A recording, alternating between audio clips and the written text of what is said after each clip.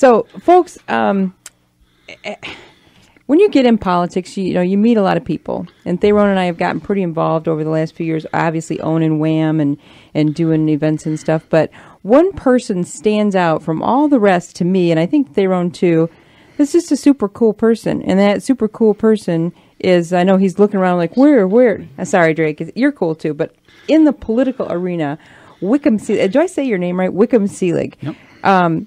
You're just cool. You really are. I mean, you just have that air about you that you're way more knowledgeable than anybody in the room at pretty much all times. But yet you're really in there, hands-on. I remember when we set up for the event we did together at German Park, and you're in everything. You just really are. I'm really kind of in awe of you. So when you said you wanted to come on and talk about the evils of Common Core, which we cover a lot on this station, not necessarily the show. We've talked about a little bit with Mary Beth and some folks, but reading this, first of all, tell people just kind of a little bit about yourself and how you got involved in the political world, and then when you started getting into Common Core. Just give them a brief background, and then we'll get in and we'll dive into the ugliness of it. Yeah. Yeah, it is ugly, I know. The ugliness, yeah. Okay, I have a bachelor's and a master's in electrical engineering from MIT and a master's also in industrial management. Wow. I knew it. And I worked, that's MIT, that's top of the top. It was not easy, yes. I worked for 40 years in industry. I worked 30 years for Western Electric, and then it became AT&T, and then Lucent Technologies. Mm-hmm. And I was responsible for a wide variety of manufacturing operations at AT&T, and ended up my career there as their global manufacturing planning vice president. After I left AT&T, I came out here to Ann Arbor to work at a consortium here. It's called the National Center for Manufacturing Sciences, and that puts together projects between industry players in developing manufacturing technology. And it was collaborative, and it was very interesting. Mm-hmm. During that long career, I got a first-hand look at how education is important in a wide variety of manufacturing kinds of operations. Mm-hmm. And so I started looking at Common Core, I think over a year ago, and trying to understand what it was and what it would do. Right. And I think it would be fair to say that the more I looked at it, the more alarmed I got. Right. Yeah, and I think it covers itself nicely because on the outskirts, it looks like, well, why not have standards? This is wonderful. And you see the people like Bill and Melinda Gates that are involved in it. Yep. You think, well, of course they want our country to grow and succeed. So what did you find when you started kind of peeling the layers back of the onion, so to speak? Yeah. A lot of stink. I know, a lot of stink. Actually, onions are a lot better for you than Common Core ever will be. Yeah. When I look at Common Core and I look around at what's going on, I see sort of two classes of objections.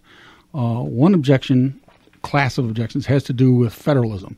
And so you see states that are trying to get out now of Common Core. You see it in Wyoming, you see it in Louisiana, and even in Indiana, where they talk about Hoosier standards for Hoosier students. And then the second set of objections you see are what I call process objections, and they come from people who tend to have advanced degrees in education.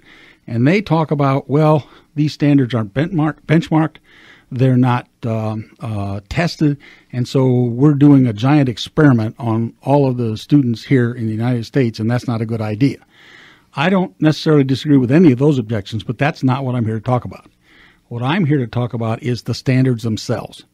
And in other words, if the standards were good, if the standards looked like they would help, maybe you could overcome some of the other objections. Mm-hmm. But when I've looked at the standards, I just think that they're disastrous. And I'm talking specifically about the mathematical standards, and I'm talking more specifically about high school mathematical standards. So that's what I'm going to talk about, Linda. Sure. I'm going to talk about what's going on or what will be going on in our high schools with the Common Core standards. Good. Okay? Yep, go right ahead. So here we go. I'm going to make 3 points, and here's the first one. The Common Core high school mathematical standards are utterly inadequate, and they are going to hurt this nation's ability to compete in the 21st century. That's a pretty terrible thing. And I need to introduce a term that I'm going to be using. It's called STEM. STEM is an acronym. It stands for Science, Technology, Engineering and Mathematics. Yeah. STEM. And so what I'm saying more specifically is that the Common Core standards are not going to prepare American students for careers in STEM. Gosh. They're not going to. Hey, Wick, let me jump in real quick. Yes. And that is this. It takes at least 22, 23 years to develop an engineer from birth through graduation, right? So if you have a lot of engineers retiring right now because, the baby boomers are retiring, Right. and you have people that want to go into engineering but are inadequate, as Wick is describing, Right. and you have people that are just being born who won't be ready to be an engineer for 2 decades or more, Right. we are in trouble. Right. Right. And I'll end it right there and let you continue. Yeah. I'm sorry. Yeah. We're in trouble now, and we're going to be in more trouble later. Right. So let me talk about the standards for a minute. A high school that is in, let's say, a wealthy school district, right now today will offer in high school, it'll offer Algebra 1, first-year algebra.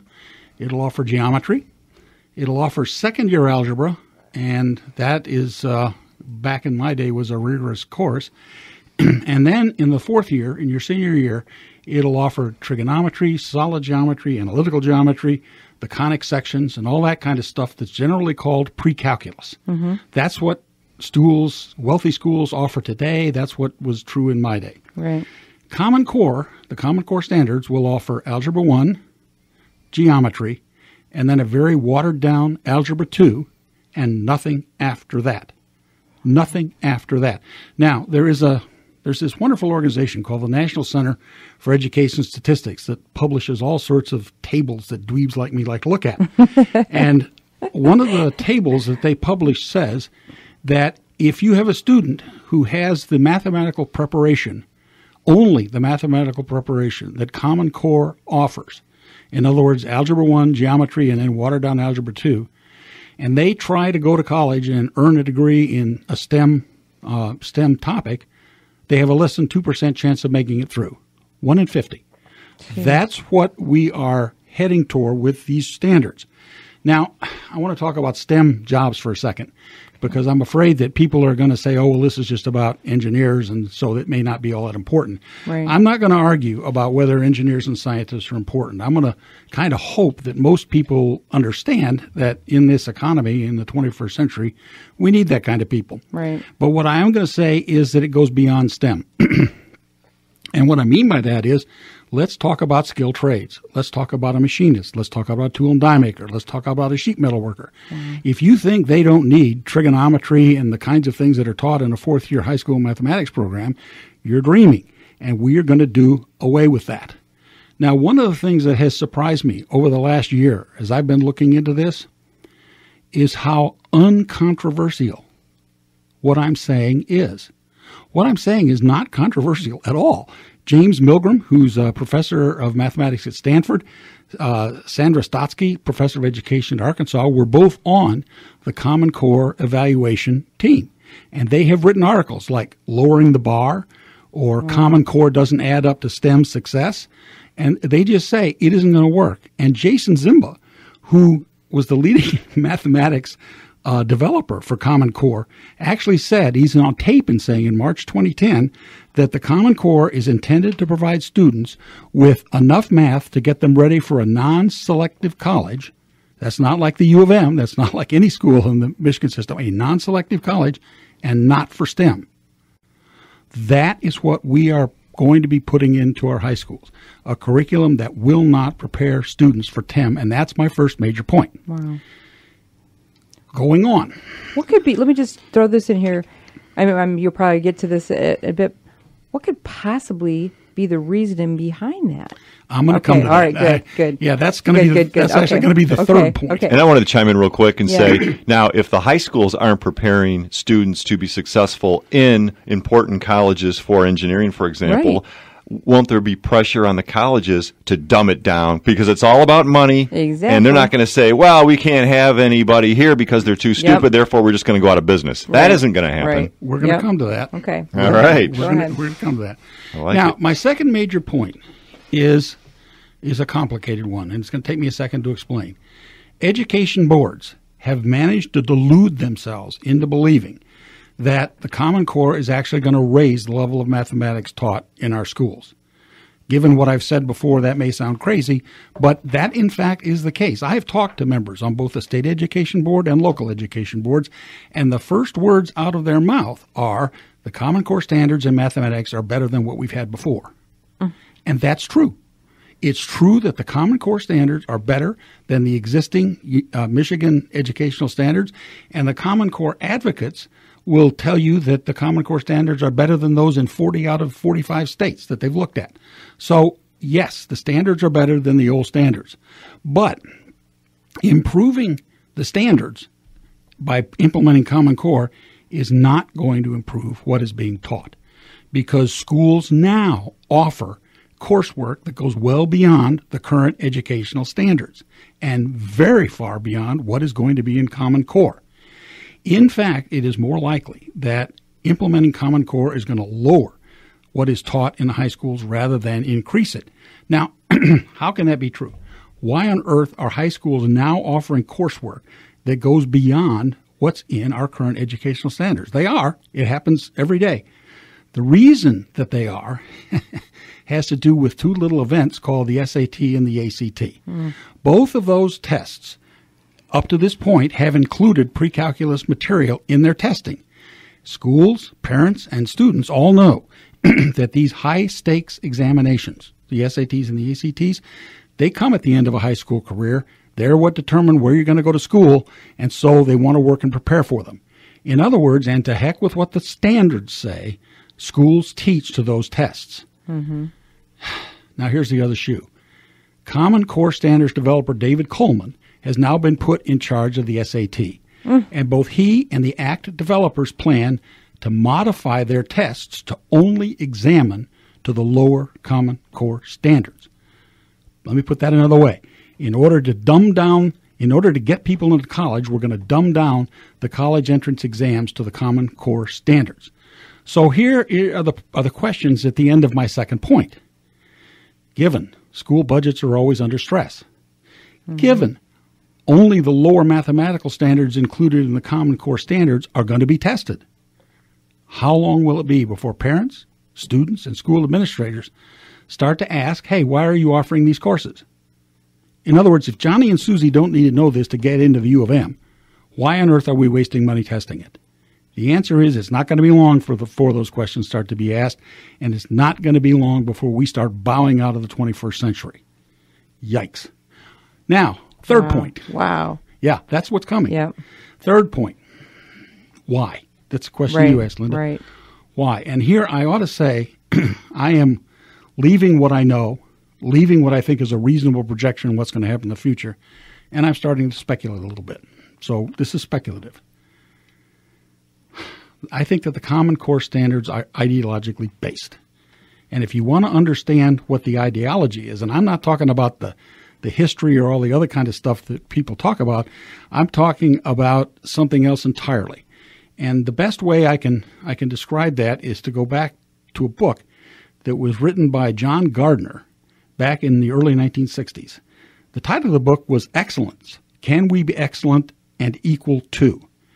Now, John Gardner was no conservative. He was Lyndon Johnson's Secretary of Health and Human Services back in the mid-'60s. He was kind of an earlier Kathleen Sebelius. Now, the two ideas that John talks about in his book are, first, we have to encourage excellence if we're going to survive as a society. And the second idea is different than that. It says everybody should be equal. We should not recognize, encourage, or nurture individual differences. Gardner called the people who supported that kind of idea equalitarians. Today, we call them egalitarians. A quote from a teacher in his book, I regard it as undemocratic to treat so-called gifted children different from other children. So therefore, we all have to be equal. Now, So he doesn't talk about everybody should have equal opportunity. He's saying that if you're gifted and intelligent and driven, that you should be dumbed down to the average. Yep. Or nothing, or lower. Nothing should be done to encourage Right. your excellence. And the Common Core standards have come down strongly on the side of the egalitarians, and that's painfully evident from the mathematics standards. Now, look, everybody's not equally talented. Some are better at language and persuasion. Some are better at foreign languages. Some are better at art and design. Some are better at music. And yes, some are better at mathematics and technology and science. Most civilized countries recognize that fact and offer multiple education paths. In other words, everybody's not going to do the same thing. We're going to have different paths for different people who are differently abled. In Finland, there are 9 such paths. In Germany, I think there's 6. And virtually all of the countries of Europe have a multiplicity of educational paths available to students who are going through their education system. Guess what? Common Core has one path. One path. And doesn't this remind you of just about every other federal program you've ever heard of? Everybody is going to fit in the same size box. Right. Now, what is that path? Well, everybody's supposed to go to college. And in order to make it possible for everybody to go to college and to get in, we're going to reduce the standards in an area that is difficult for some people, which is mathematics. We are, in a word, sacrificing excellence for uniformity. You know, in a certain way, an analogy might be, this is a little off base, but let's solve poverty by making everybody a millionaire. Oh, well, if everyone's a millionaire, then $1 million doesn't mean anything anymore. Right. Well, cookie cutter. Well, that's what I keep thinking. In this case, it's going to be difficult. Let me say it this way. If you are in a non-wealthy school district, if you're coming from reduced circumstances, one of the surest ways that I know of that you can escape poverty is to pursue a career in STEM. Mm-hmm. That is to get yourself a degree in engineering, to get yourself a degree in technology, and then you will be able to rise and you will be able to do something. Now, here's another. You remember the NCES? Well, here's another little study that they published. If you're in a wealthy school district, there's an 83% chance that that school will offer trigonometry. If you're in the poorest school district, that chance goes all the way down to 64%. And once you do Common Core, people estimate that 90% of the states are just going to eliminate anything beyond that watered down Algebra 2, which means that kids in poor school districts are going to have even less chance of getting out. Wow. Yeah, wow. It means our society will break down further from what we know it. Nothing will work because we won't have any engineers. Yeah. Right?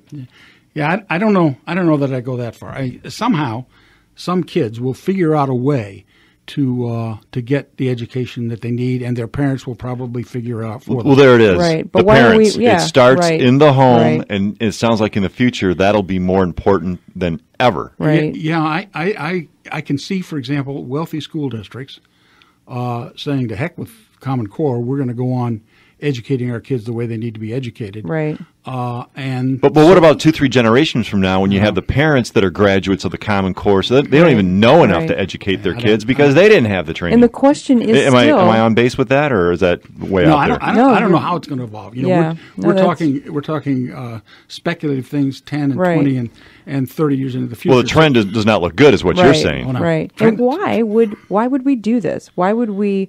It's ideology. Right. We want the people who put together Common Core. I believe, and I'm speculating. Yeah, no, I think I believe they want everybody to be the same. Right. It's a cookie cutter. Everybody fits into this box. You're going to go to college. Everybody has to be able to go to college. Everybody can't pass mathematics tests. Therefore, we'll dumb down mathematics, and that way we'll be able to get everybody into college, and they won't be able to do the kinds of things that STEM careers require to do. But at least they will have that college. And part of this cultural mentality, too, of everybody being the same and the gifted are penalized and the less gifted are brought up is, a lot of times these parents, these mothers will go in and defend their kids in the school. Like if a teacher says, you didn't do your homework, you get an F, or you're being punished for whatever. And the parent goes right down there, automatically defends the kid. Yep. Where when we were growing up, that was mortifying if you got a call home and a teacher or a vice principal told your parent that you had done something wrong. Right. And you got punished by your parent. Yeah, it's totally flipped. And I think what Wick is saying, too, is part of the problem is, and the part of this Common Core is existing, is because you have that mentality at home that their kid is always right. And authority at the school is always wrong. How dare you do that to my kid? Right. I'll tell you a little personal story here. My dad was unhappy with what the school was offering me, and so he went down to it was a junior high school, and he says, "You're not making him work hard enough. You need to make him work harder." And so they did. Great. Thanks, Dad. He came up with more homework. And that persisted all the way through high school. And the end result was that in the summer between my graduation from high school, when I had that fourth year with trig and analytical geometry and things like that, and before I went away to MIT, I taught myself calculus out of a book. Wow. It wasn't that hard to do. And that's the kind of a system that we need, but it's not the kind of system that Common Core is going to create. And now, I just want to say, yeah. I think it's entirely likely that parents in wealthier school districts will simply insist on maintaining educational standards. I think that they will do that, and it is also possible. And this other report that I have that is called "The Revenge of K-12: How Common Core and the New SAT Lower College Standards." I think that report suggests that what might happen, and this gets to a question you asked, Linda. What might happen is that colleges themselves, seeing that the SATs and the ACTs are no longer good predictors of college performance, will insist that another system be developed that does do a reasonable job of predicting. In other words, there'll be another test that students will have to take in order if you get into a selective college. And these authors suggest that that's possible. I can see ferocious objections to something like that. Right. But it's a possibility. There's something I wanted to touch on real quick. Wick, what you said about teaching yourself calculus out of a book, and this is it was Thomas, years ago, decades ago. Yes. Right? Okay. Back then, information wasn't as available and cheap and free then as it is now. Never in the history of mankind has information been so readily available and absolutely free to educate yourself. If I wanted to, I could go online for free and take a calculus class at Stanford for free. Yeah. Yep. I think we're going to see a big rebellion 30 years ago, no this. way could you do that. Right. Well, what I did was I got a textbook that I borrowed from a university professor who lived in town. It was Thomas. People remember the Thomas book on calculus. And I borrowed that and worked through the chapters to get myself to the point that I understood differential calculus. It was So look at the huge differences here. Back in the day when we were in school, information wasn't that readily available.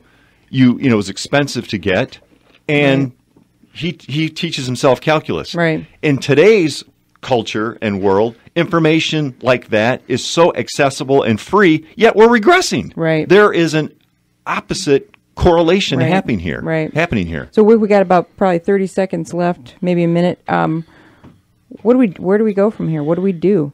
All right. I think that the first thing that needs to happen is that we need to recognize that we're going to offer multiple paths to our high school students. We're going to offer alternative educational paths for them, and Common Core needs to recognize that. Okay. Well, we're going to have you back, obviously. Definitely. This was very great interesting. Subject. And I just have to say, people, I was impressed with the notes that he brought in, but I was more impressed with the fact that he didn't read them. He knew all this from I'm thinking, why isn't he looking at his notes? Amazing work. Thank you, Wick, for coming in. You're welcome. Come in again, definitely. In a couple weeks, we'll do this again, and we'll get some more solutions, because this is crazy. Right. Thanks for listening, folks. This is The American Dream. You're listening to WAAM Talk 1600. We'll see you next week.